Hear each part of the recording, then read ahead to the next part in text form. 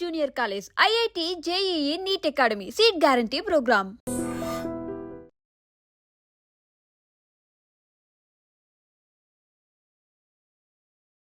బండ్లగూడ బాలాజీ నగర్లో అత్యంత దారుణమైనటువంటి సంఘటన జరిగింది. అంటే ఒక ప్రేమ జంట ఆత్మహత్య చేసుకున్నట్టుగా ప్రాథమికంగా అయితే పోలీసులు నిర్ధారణ చేసినటువంటి పరిస్థితి అయితే కనిపిస్తోంది. అయితే ఇందులో చాలా అనుమానాలు అయితే వ్యక్తమవుతున్నాయి. అసలు వీళ్ళది ఆత్మహత్య లేకపోతే హత్య అనే కోణంలో కూడా పూర్తి స్థాయిలో విచారణ చేస్తున్నారు పోలీసులు. అయితే ఈ రోజు జరిగినటువంటి ఇన్సిడెంట్, అట్లాగే ఇప్పుడు ఈ రమ్య, అమ్మాయి పేరు వచ్చేసి రమ్య, అబ్బాయి పేరు వచ్చేసి ప్రవీణ్. గత కొంతకాలంగా వీరి మధ్య ప్రేమ ఉంది, ఆ తర్వాత గ్యాప్ వచ్చింది, మనస్పర్ధల వల్ల గ్యాప్ వచ్చింది అని ఒక వర్షన్ వినిపిస్తోంది. అంటే ఇక అమ్మాయి అబ్బాయిని దూరం పెట్టడం స్టార్ట్ చేసింది. రీజన్స్ ఏవైనా కావచ్చు. ఈ మధ్య కాలంలో ప్రేమ జంటలు చాలా సిల్లీ రీజన్స్కే బ్రేకప్ చెప్పుకుంటున్నటువంటి పరిస్థితుల్లో ఇప్పుడు రమ్య ప్రవీణ్ మధ్య నిజంగా గతంలో ఉన్నటువంటి ప్రేమ ఉందా లేదా అనేది ఒక కోణం. ఇంకో కోణం ఏమో రమ్య వాళ్ళ తల్లిదండ్రులకు యాక్చువల్లీ ఈ ప్రవీణ్ అనే అబ్బాయి ఇష్టం లేదు కాబట్టి రమ్య మ్యారేజ్ చేసుకుంటాను ప్రవీణ్ అని చెప్పినప్పటికీ కూడా తల్లిదండ్రులు ఒప్పుకోలేదు.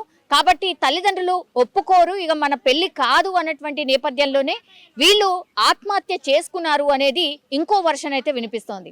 అక్కడ మనం చూడొచ్చు స్పష్టంగా రమ్య వాళ్ళ తండ్రి రోధిస్తున్నటువంటి పరిస్థితి అయితే కనిపిస్తోంది. రమ్య వాళ్ళ ఇంటి దగ్గరనే ఇన్సిడెంట్ జరిగింది. ప్రవీణ్ రమ్య వాళ్ళ ఇంటి దగ్గరికి వచ్చిన తర్వాత వీళ్ళిద్దరి మధ్య మాట పెరిగింది. ఇద్దరు అరుచుకున్నారు, గట్టిగా మాట్లాడుకున్నారు అన్నటువంటిది ఇంకో వర్షన్ కూడా వినిపిస్తోంది. సో ఎగ్జాక్ట్లీ ఏం జరిగింది ఏంటి అనేది మరి కాసేపట్లోనే పోలీసులు ఈ ఇన్సిడెంట్లో ఏం జరిగింది అనేది చెప్పే ప్రయత్నం చేస్తారు. బట్ దానికంటే ముందు మాత్రం ఒక్కసారిగా ఆ ఇంట్లో ఇద్దరు పక్కనే పడి ఉండడం, రమ్య పూర్తి స్థాయిలో రక్తపు మడుగులో పడి ఉంది, అట్లాగే చేతి మీద బ్లేడ్కి సంబంధించిన ఘాట్లున్నాయి, అంటే నర్వ్ని కోసుకునే ప్రయత్నం చేశారు ఇద్దరు కూడా అనేది అక్కడ కనిపిస్తోంది. హ్యాండ్ మీద ఇద్దరు అంటే చేతుల మీద బ్లేడ్కి సంబంధించిన ఘాట్లు ఒకవైపు, ఇంకోవైపు ఏమో కత్తిపోట్లు ఉన్నాయి, మెడపైన కత్తిపోట్లు ఉన్నాయి.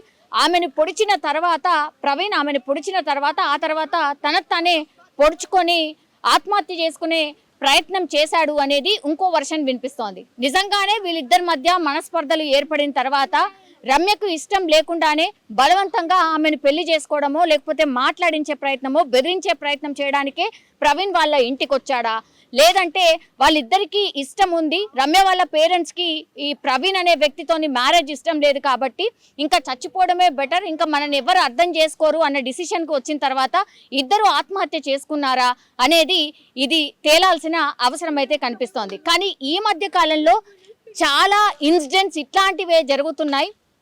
అంటే యంగ్ పిల్లలు కూడా ఇట్లాంటి ఆత్మహత్యలకు ఎందుకు ప్రయత్నిస్తున్నారో తెలియదు, లేదంటే హత్యలు చేయడానికి కూడా వెనకాటం లేదు అన్న ఇన్సిడెంట్స్ ఎందుకు జరుగుతున్నాయో అర్థం కావడం లేదు.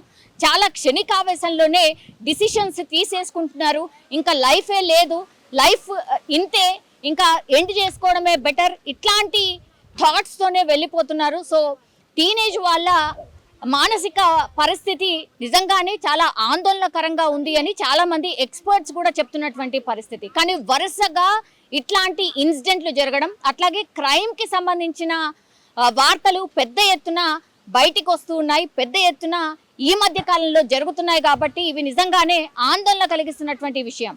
మొన్న లాస్ట్ మంత్ వరకే యాక్చువల్లీ ఒక ఇయర్లో జరగాల్సినటువంటి ఇన్సిడెంట్స్ 40% అధికంగా ఆల్రెడీ ఇన్సిడెంట్స్ జరిగినట్టుగా పోలీసుల క్రైమ్ రిపోర్ట్స్ ప్రకారం ఒక డాటా అయితే బయటకు వచ్చింది.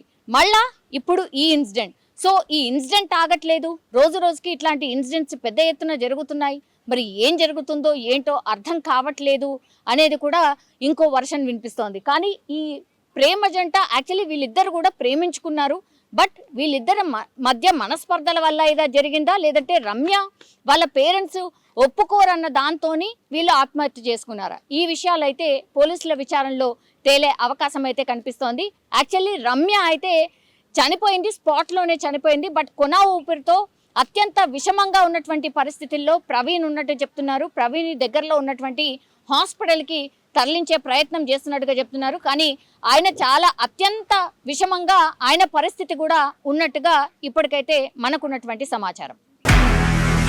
నిజంగా ప్రస్తుతం ఉన్నటువంటి సమాజం దేనికి ప్రయారిటీ ఇస్తుంది?